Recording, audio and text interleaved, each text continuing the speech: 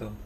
Yung tour of duty po is para po yun sa mga kabataan na member ng underground na tulad po sa nangyari kay before dun sa mga kabataan na nare-recover or nare-rescue sa mga operations ng military na taga-ibang bansa or taga-lungsod, nag-aaral sa universidad, tapos makikita tulad sa isla ng Mindoro na pagkatapos ng engkwentro ay matatagpuan. Yun po yung mga tinatawag na nag-tour of duty ng mga kabataan na member sila ng underground organization tulad ng Makibaka or ng Kabataang Makabayan. Yun po yung mga usual na organization ng NPA. Tapos, doon po, ina-immerse kami sa mga uh, pulang mandirigma, sa mga armed na mga members, ganyan. Tapos, kung ano-ano yung araw-araw nilang ginagawa,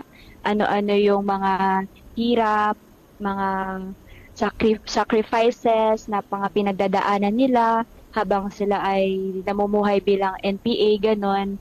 Doon po kami ini-immerse at para na din mamulat kami or ma ma-romanticize namin ng mga kabataan yung ginagawa nila. So, doon po ako nag-start.